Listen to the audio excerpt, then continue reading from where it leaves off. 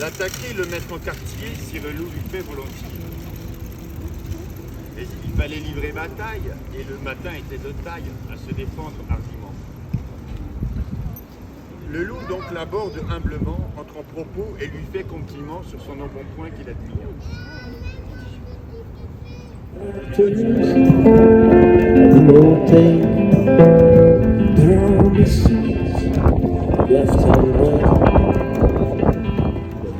It's a little windy today, so I'm trying to film this in between traffic and groups of people and when the wind picks up. So I apologize if on occasion it is a little windy.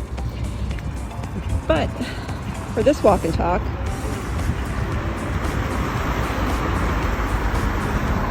what I wanted to talk to you about was the idea of moving here or traveling here through the lens of creature comforts. And what do I mean by that? To me, creature comforts are anything that includes just the kind of spaces I like to be in. Like, I prefer to be near water, not crowded spaces.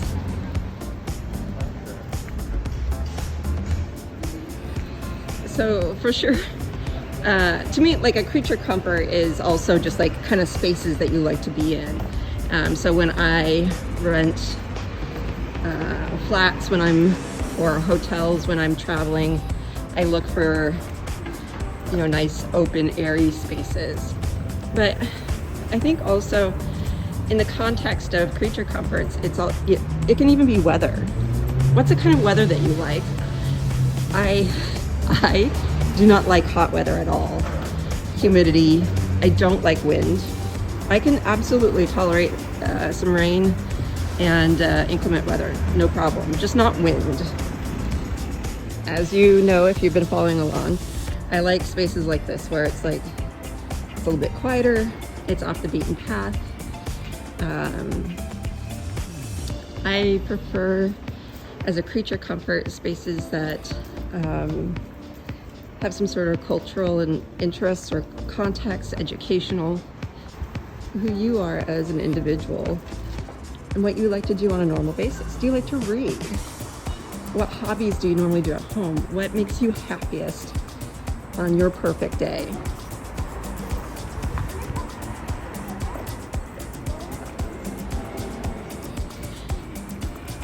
I think that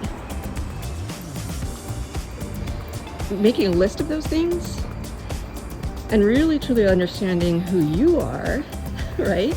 I mean, you know what you like to do on a day-to-day basis. You have had in your memory, when I say, what's that perfect day? You kind of have something already in mind, right?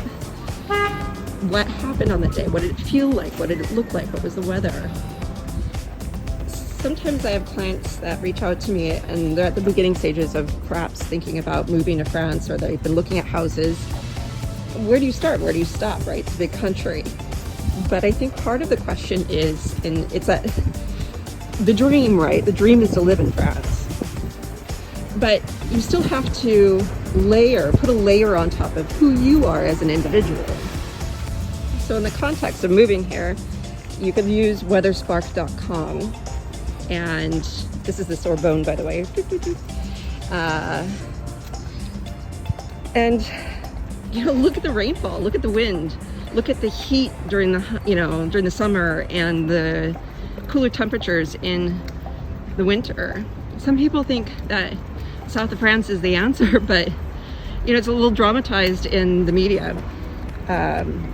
Those highs are high and it gets cold down there. Absolutely it does during the winter. We also have something called the Mistral. And if you don't know what that is, look it up online. It's pretty intense. During certain parts of the year, the wind picks up and it blows down from the mountains and just creates chaos. So, if you're sensitive to weather, think about that. But you can also do that in the context of tourism, right? There are better times of the year to be here, and it also depends upon the location. So you can use WeatherSpark to just kind of confirm. You know, is this place that I'm thinking about visiting in France? What is it like during that time of the year? Again, weatherspark.com is great for that.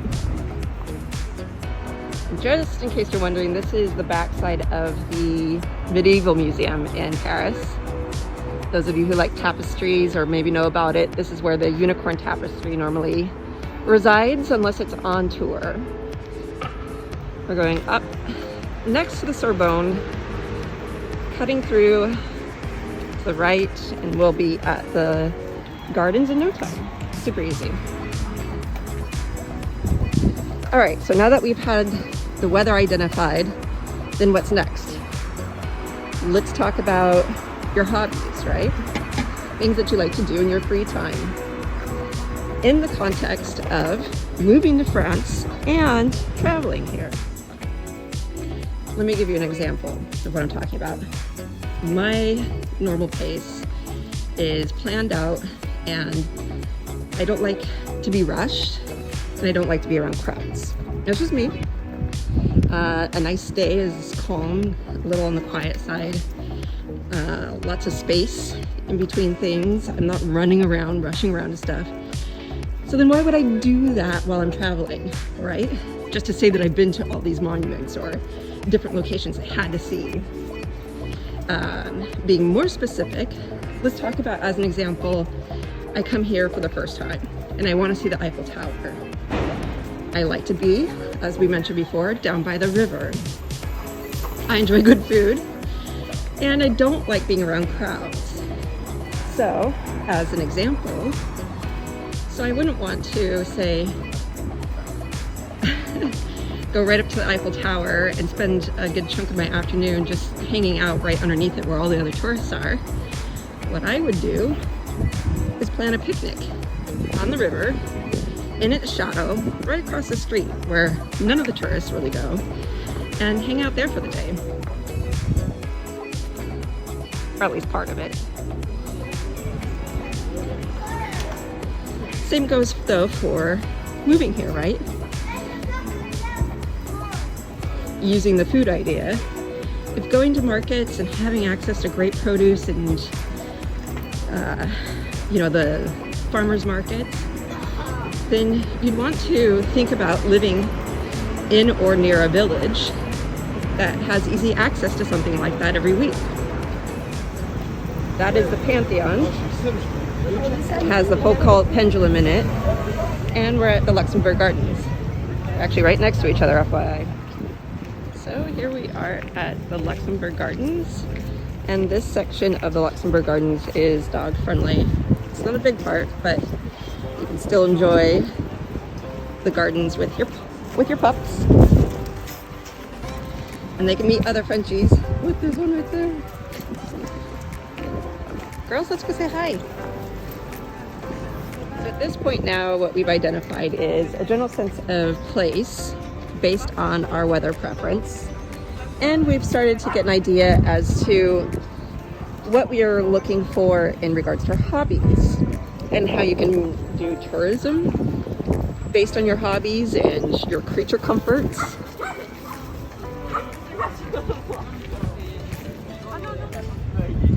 And also evaluating a place based on your habits.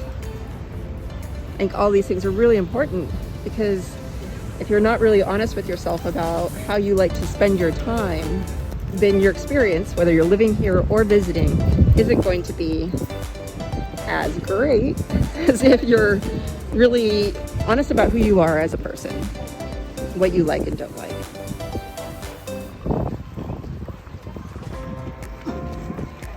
Okay, so let's go back to your favorite day.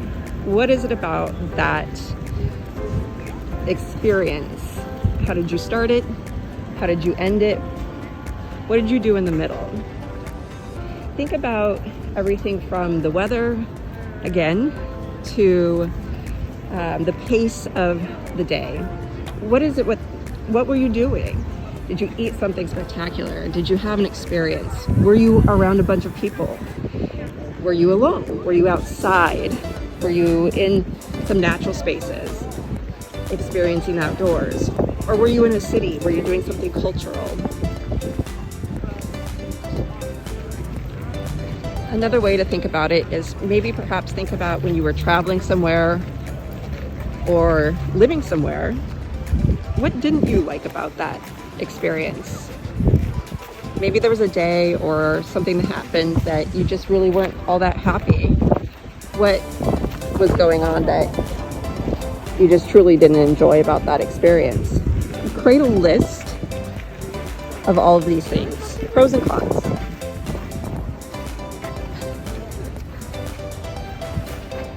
You can see the Eiffel Tower off in the distance.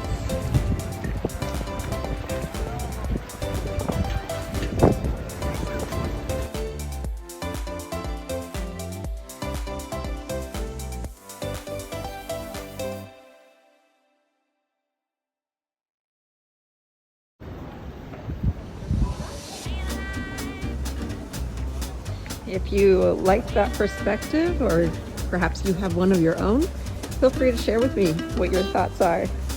And I hope this helps you with your next trip to France, no matter if you're going to be searching for a home to buy or just here to visit.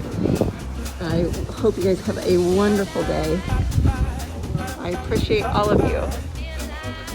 And I'll see you soon. Yes, your husband, Papa Boy.